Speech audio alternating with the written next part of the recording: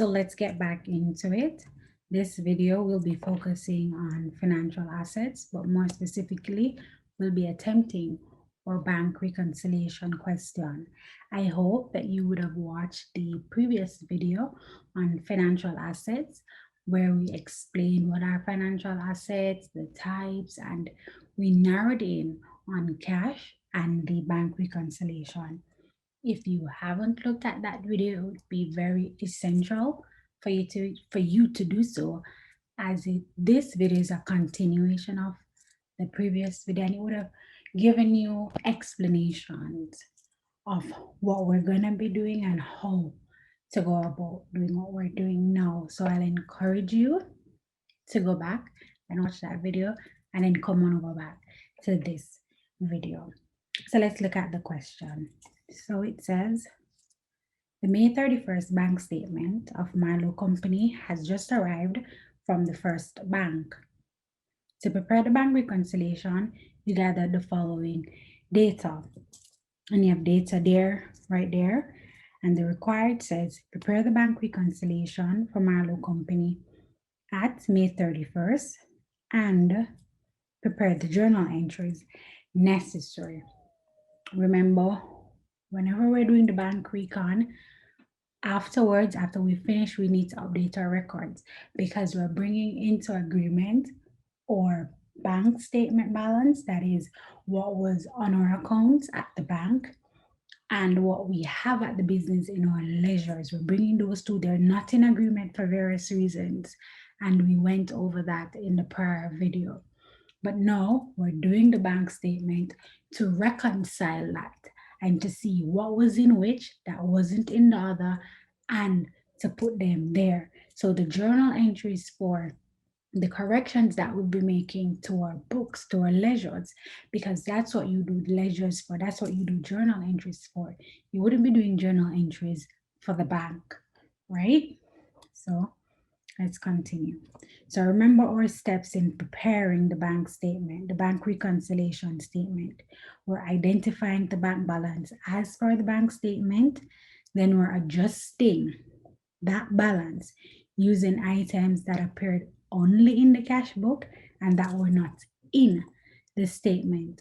After we've adjusted all that, we'll note what our adjusted bank balance or bank statement balance is. Then we do the same thing for our side, for our ledger side, where we're identifying what is our cash account balance now. What is the account saying that is not the same as what the bank statement is saying? And again, we'll adjust that balance, but this time we're adjusting using items that were on the bank statement that were not in our ledger accounts. And for that, we'll be noting the figure that we get there after we've made those adjustments. What does adjusting mean?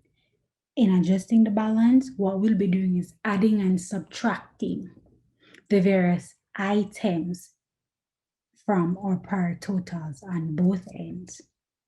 And the important point to note, our adjusted bank balance and our adjusted cash book balance, they must be equal at the end of the day. After you've made adjustments on both sides, they must be equal. And as I said in the previous video, you can be doing 1 and 4 at the same time, 2 and 3, 2 and 5 at the same time. And that's how we'll be doing the question. So we can see, so we're going down all the items, all the additional information. We're not leaving some, because some would be specifically for the bank statements and some will be for the cash book. You can do it either way. You can look for the items for the cash book first and then put them where they're supposed to go, and the opposite for the bank statement. But for time purposes and just for you to see it on a whole, we'll be doing both at the same time, right? So after we've noted our adjusted figures, ensuring that they're equal, we, as the requirement says, we update the business's accounting records with the transactions that were on the bank statement, which belong in the ledger, by journalizing those transactions. So after we've done the reconciliation, whatever adjustments we made on the cash book side, we have to journalize it. And remember, we said journalizing here is a tad bit easy because we know in one essence, in either debit or credit, we must have cash because we're talking about the cash book and the bank reconciliation. So one of the entries must be to cash. And remember, cash is an asset.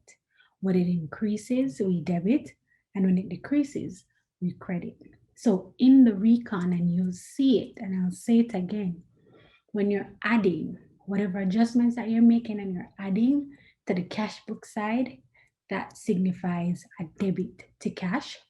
And the opposite side of the transaction, which would be the credit, would be to whatever the adjustment was. And the opposite side of it, wherever in the cash book side of the bank recon that you're lessing or subtracting, right? That's a credit to cash. And the opposite side of that is a debit to whatever the adjustment was, right? So let's go into our question. So as always, right, whenever we're doing a question, what's important? Our headings. And our heading includes the name of the company, the statement that you're doing, and the period. So the name of the company here is Marlo. What are we doing? We're doing a bank reconciliation statement. The period, the month of May, right? And here we have two columns, and you're seeing the unit that we're working in, and that's dollars. So that's why we have the dollar signs above both columns. So let's go back to the steps, right? We've done our headings, we've rolled it up. So the first step says, and remember we're doing 1 and 4 at the same time. So we're identifying the bank account balance as per the bank statement, and we're also identifying the cash account balance as per the business's ledger account. So let's identify those and put it in. So here, number 1 says the May 31st bank balance, right, is $19,209.82. And this here is the bank balance that was on your bank statement. We go down, we're trying to find what the cash balance. So if you look at the last one, right, it says Marlo's cash account. So this is what's in the business ledger. So Marlo's cash account shows a balance of $18,200.55.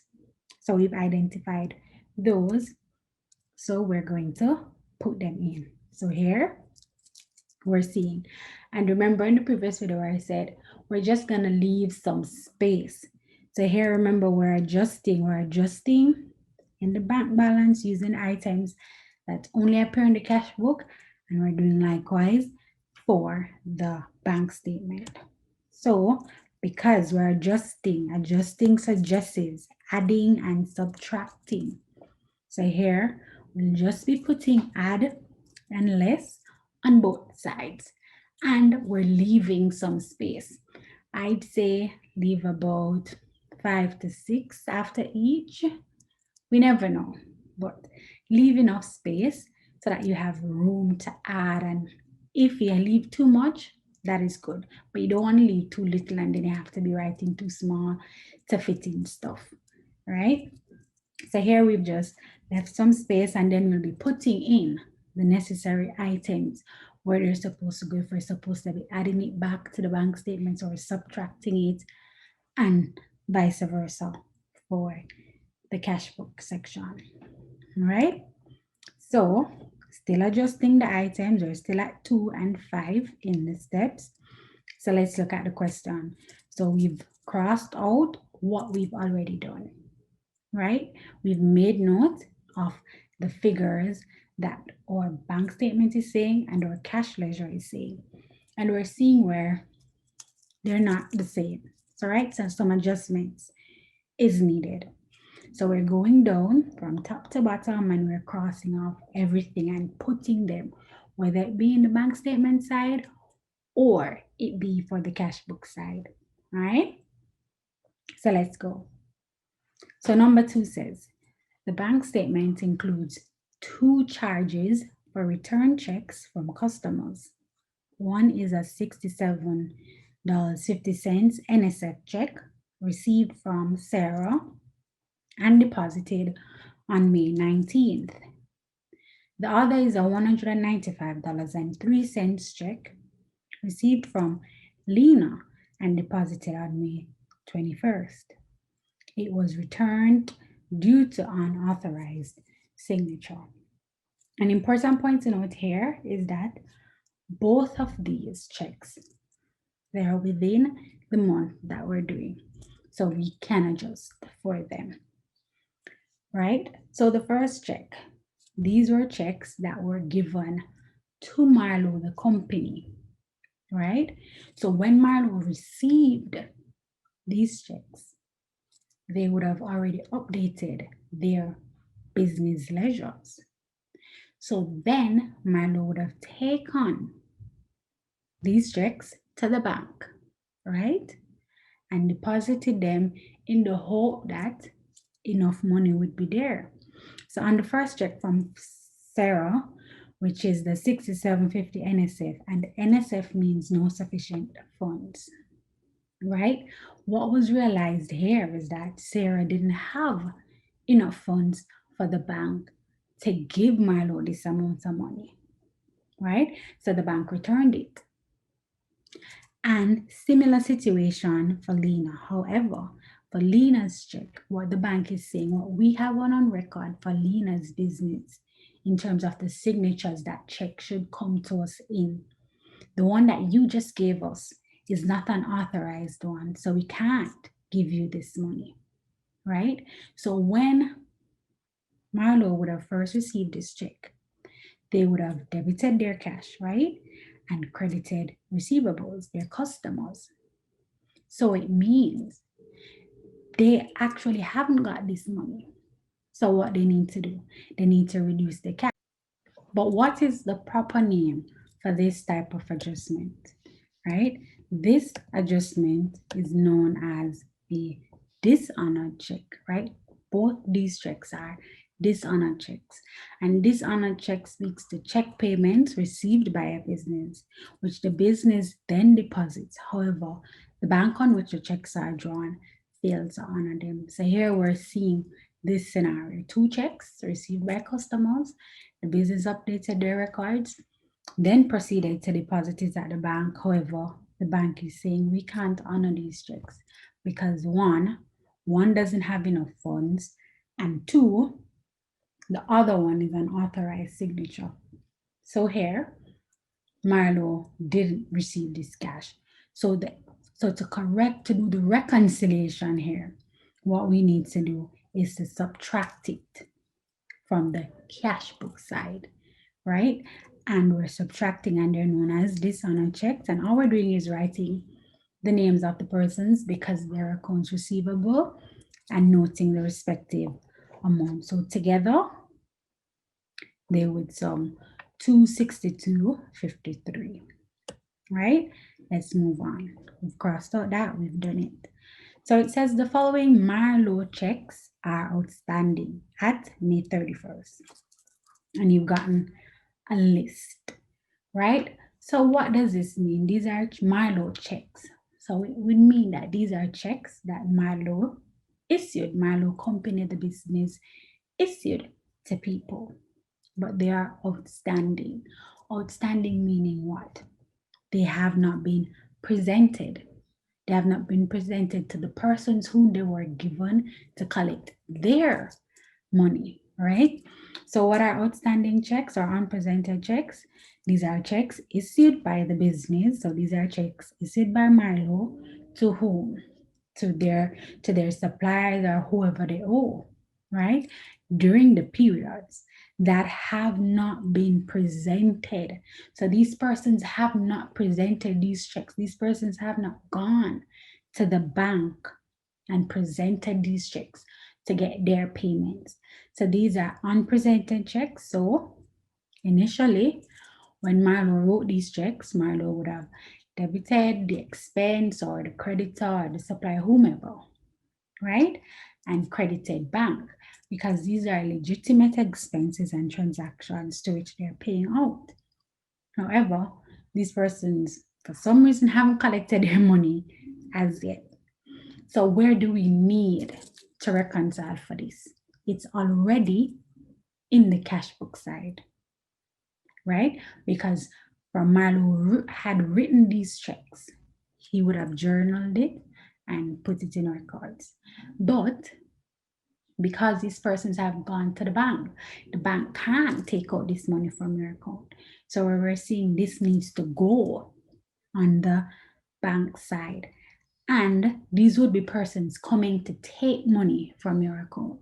So we should be subtracting these from the bank side. We're going to be saying to the bank, hey, this is how my account should actually look because I wrote this check.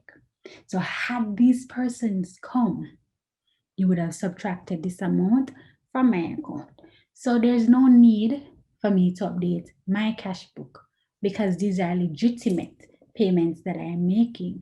And sometime in the future, these persons will come.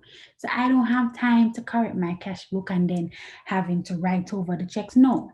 So let's just reconcile to say this should be subtracted from the bank side and call it quits, right?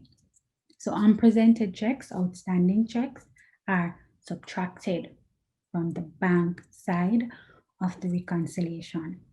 So all we've done here is listed all of them, sum them in the first column and place them, the total of that, over to the farthest column. Note this is a less. So even though in the innermost column, we had no brackets or minus sign when we're carrying it over, we have to bracket it to show that we're subtracting. So let's continue. Number 4, Marlo collects from a few customers by EFT. What we said EFT was electronic fund transfers, right? So the bank statement lists $200 deposit for a collection on account from customer J Coates. And what we say EFT are electronic fund transfers. These are paperless transactions that transfer cash to and from a bank account. EFT would be reflected on the bank statement. All right. So since this is already reflected on the bank statement, we know where else it should go. It should be in your cash book side. And this is money that the bank collected on your behalf. So this is increasing your cash, right? So here we're saying, okay, I wouldn't know of this until I got my bank statement, right? So the adjustment for this is that we're adding on the cash book side, where we're seeing adding EFT, J codes, and that's $200 right there. Let's continue. The bank statement includes 2 special deposits, $899.19 for dividend revenue and $1686 interest revenue Marlo earned on its bank account during May. Sorry about that. Right? So here we're seeing, okay, these are additional revenues that we got. Right? Additional revenues, that one interest earned would be what you got from the bank.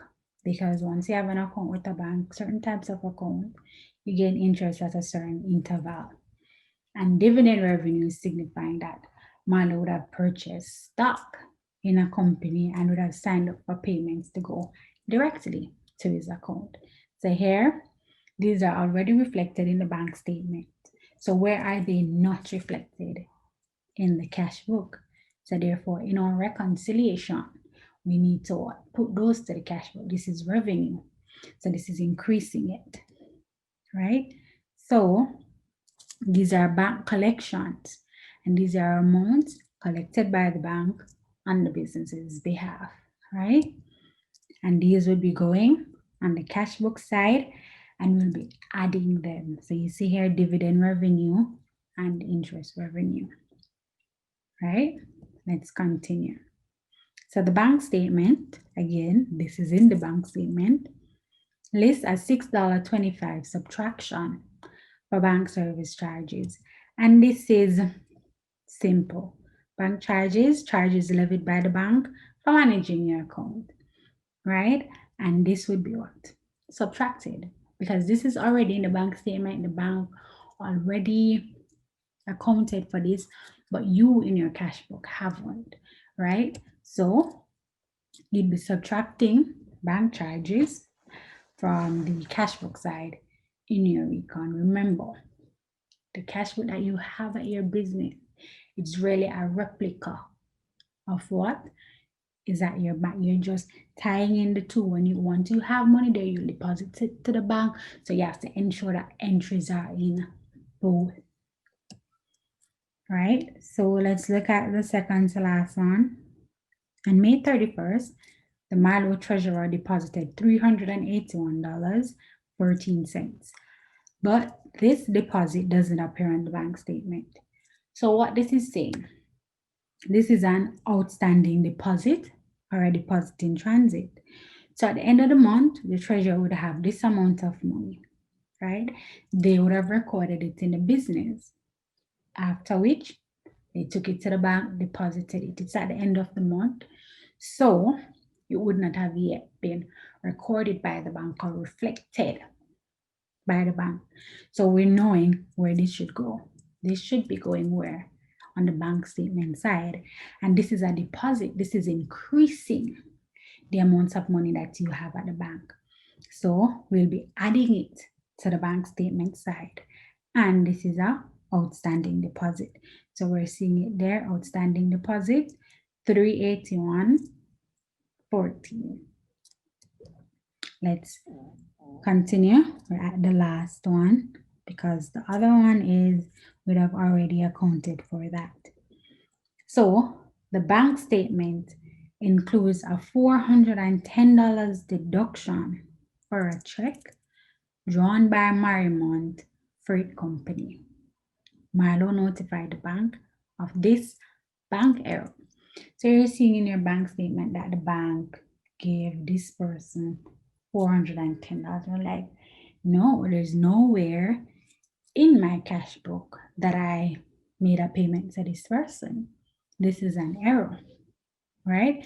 So we're seeing this is on the bank statement side. They took money from your account that should not have been taken. So you need to add that back to your account. And this is just as I said before, a bank error. So we're adding it back to our bank statement section. And because that was the last adjustment, we can now put in the relevant information. We can now do our additions and subtractions and come to our final or adjusted balances, right? So we have, starting from the beginning, we have our balance as per the bank statement, the 19 plus. So we're adding those two figures in the bank statement that we're supposed to be adding, the outstanding deposit and the arrow, and we would have summed that to 791.14. Adding that to the 19,209.82, and so backtracking a little bit. So we've seen here where we've done everything. So after we've done everything, we need to note our adjusted balances, right? Noting that they're equal. So let's continue with our bank recon.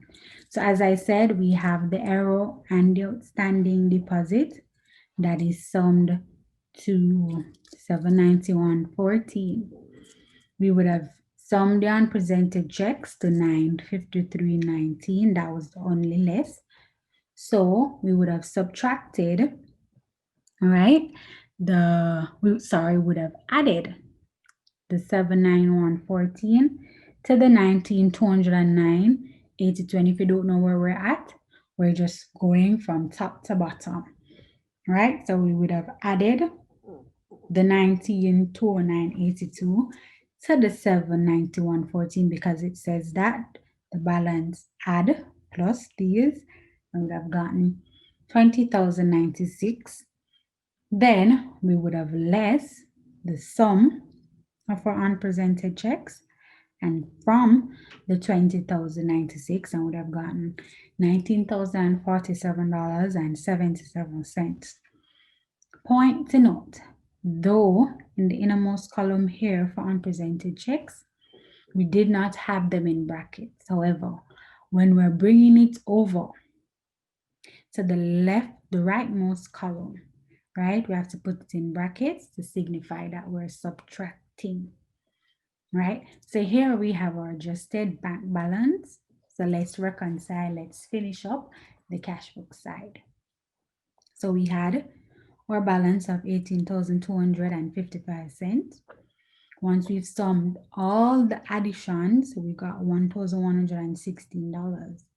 Adding that to our balance, we'd have gotten 19,316 and 55 cents. Here, we would have summed both our subtractions, what we should be lessing, right? Because here we added this on our checks. This is the sum. Then we added this on our checks with the bank charges, and we would have gotten 268.78. Remember, we'd have put this in brackets because we're subtracting. So we subtracted this from the 19,316.55, and we would have gotten 19,047 and 77 cents, which is equal to what we have here for our adjusted bank balance. So now, this is the figures that should be there in both accounts, though not presently, but it's what should be there. This is not what's presently at the bank because these checks haven't come in as yet, right? But you're saying once they, or if they had, it would be balanced. And this is what you would have in your cash book because you'd have reconciled for all this, right? Point to note, again, on the cash book side, you have to do the journal entries for all these adjustments that you made. So let's look at that. Again, both of those, they're equal. So we would have done 1 to 6. We've noted our adjusted bank balance and noted our adjusted cash balance, and they're equal. So here comes the last step of journalizing the transactions, right? That's what we're doing, journalizing the transaction. And that's also requirement B. So from our, if our memory serves us correctly, how do we journalize? Remember the table, the date, or details, or accounts and explanation, post-ref. Then you have the debit side and the credit side to signify that you are journalizing. So let's go back. Where or what are we journalizing? Only what has affected the cash book side of the reconciliation, right? So all these additions and subtractions here, those are what we'll be journalizing. Remember, wherever there was an add, this is a debit to cash. And wherever subtraction, this is a credit to cash. So we already know, we already have an idea of what these journal entries would look like. And we're going to be starting with our lessees. So we have 3 lessees, 2 dishonor checks and 1 bank charge. So here we're saying we previously got these checks, we would have increased our cash and credited our accounts receivable. But in this case, we have to flip it because we didn't receive the cash. So one, we have to reduce the cash by crediting it and debiting the receivables. And we're going to be specific. We're going to be putting receivables Sarah and receivables Lena, right? So that's what we have there, the debit to receivables and the credit to cash. And note here that we have our narrations. These are checks returned by the bank. We need to tell what is happening here. So the next one would have been our bank charges. So here you're paying this out, and bank charges is the expense, right? So expense debit, so you'd be debiting bank charges, and because you're paying this out to the bank, you'll be crediting cash. So we're seeing it here, and our narration is bank service charges, right? Let's look at our additions. The first one was electronic fund transfer, and we could say Jack Oates was a receivable, right? So we're receiving cash, we're adding on the cash book side. So that's a debit to cash and a credit to accounts receivable, Jack Oates. And this was what? A collection made by the bank, right? And the last two were dividend revenue received and interest revenue received. Again, we're going to be debiting cash because this is increasing our cash, and crediting both dividend revenue and interest revenue because this is dividend revenue collected by the bank and interest revenue collected by the bank here. So these are all our journal entries that we would have had here, and this would be the completion of the question. If you have any more questions or any questions related to this question that we just did, let us know in the comments. You can send us a DM, send us an email. Let us know your thoughts. Did you understand this question? What could have we explained a little bit better? What didn't you get? What did you get? And let us know.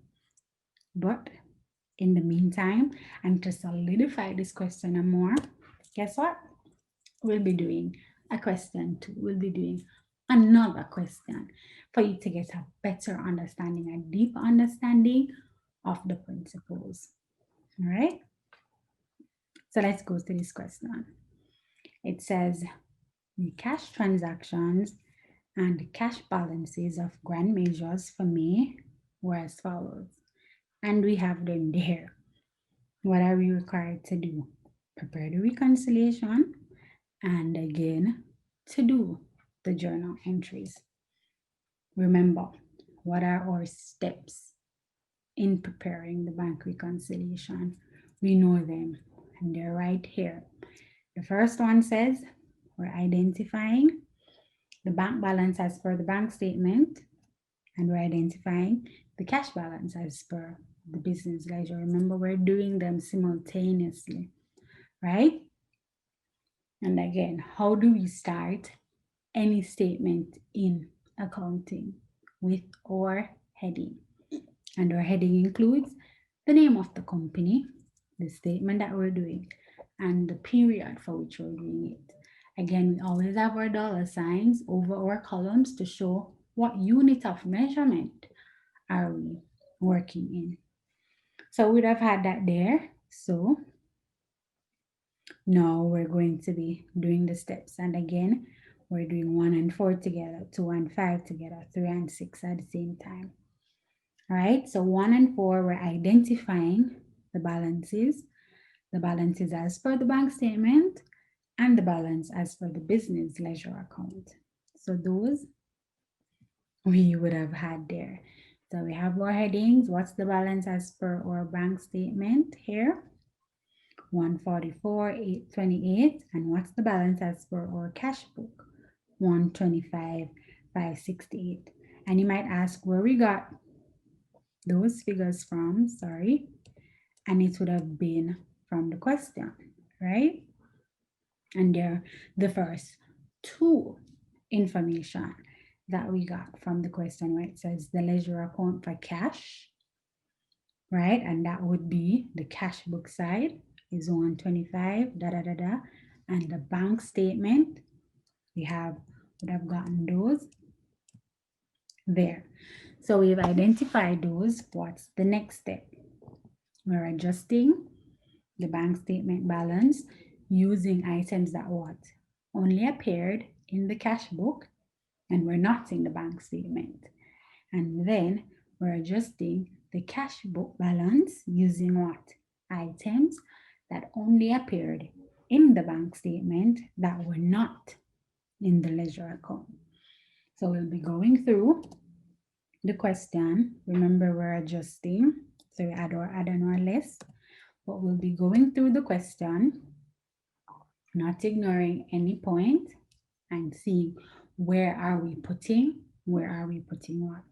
So the next one, because we would have used 1 and 2 already, is 3.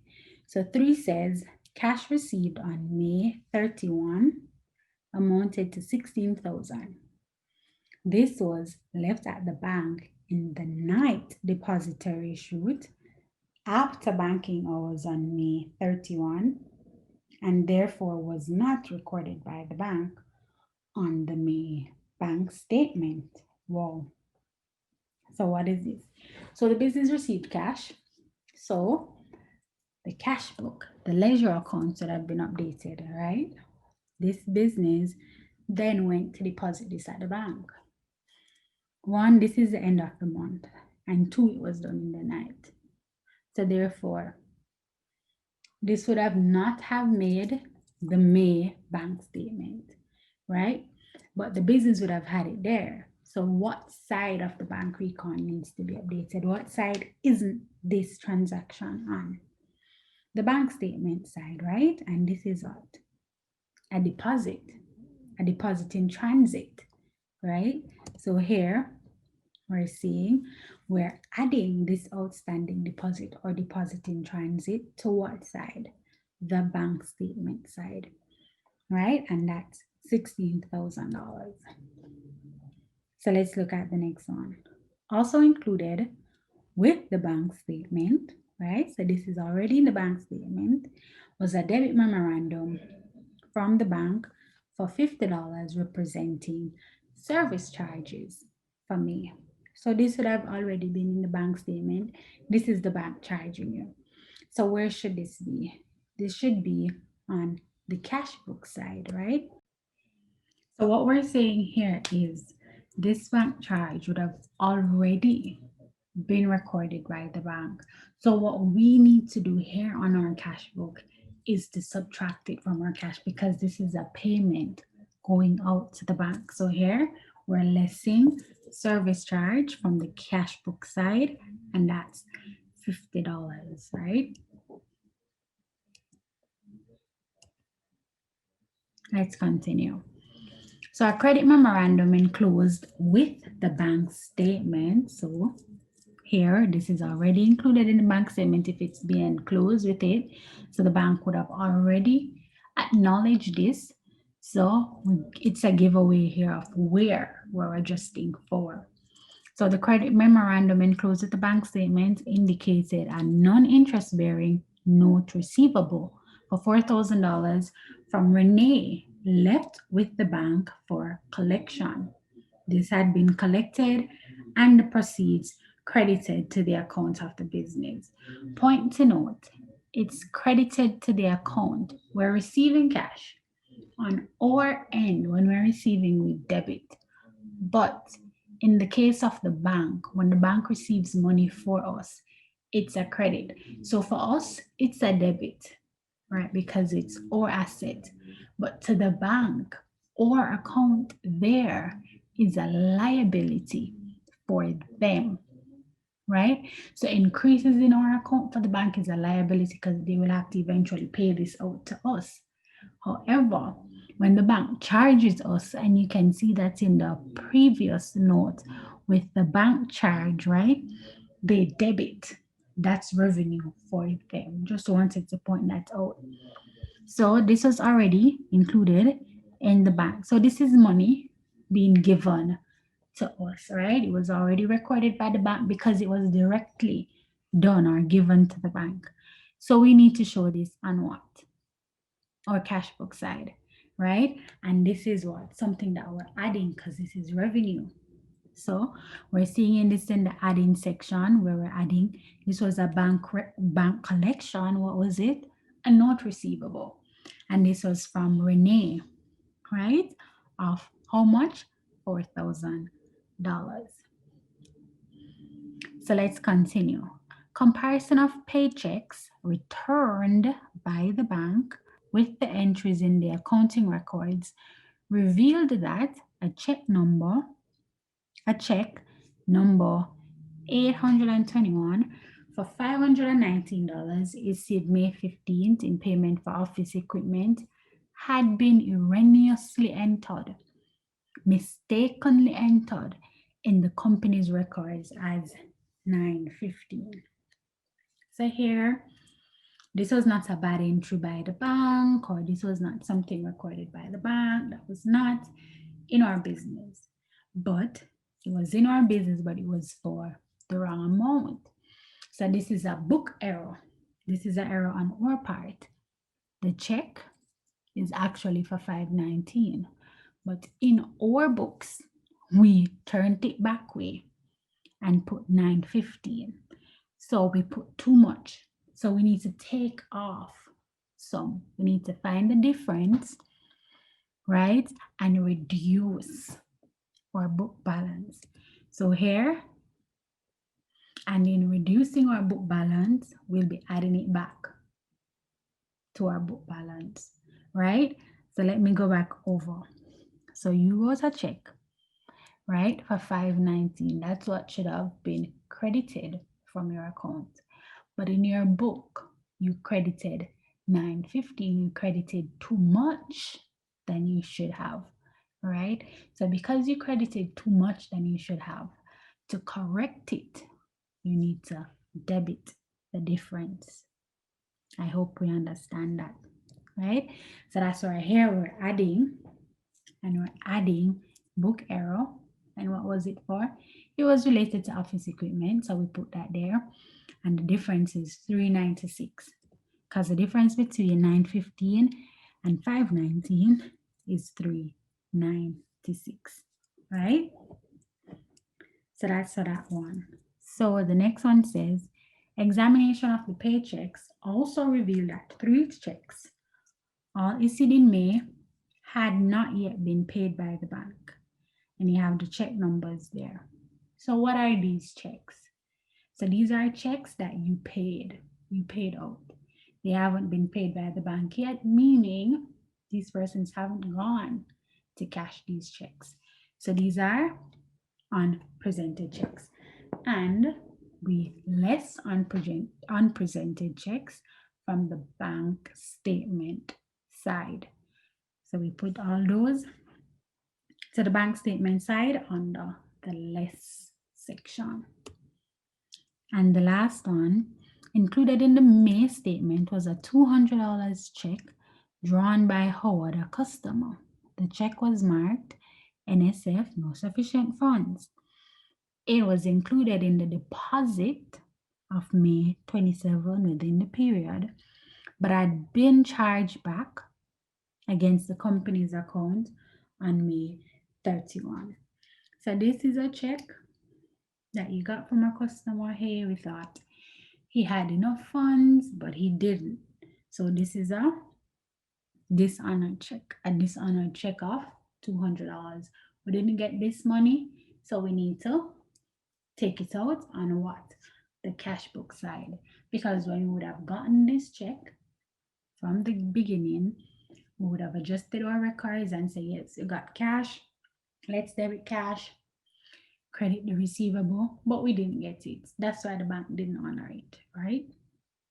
So we would have completed all the additional information. So let's total up our reconciliation. All right, let's sum it. So we're starting from the beginning with our balance as per the bank statement, and we're adding all the adds here. We only have one, and that was an outstanding deposit, 16,000. So when we add that, we get 130,828.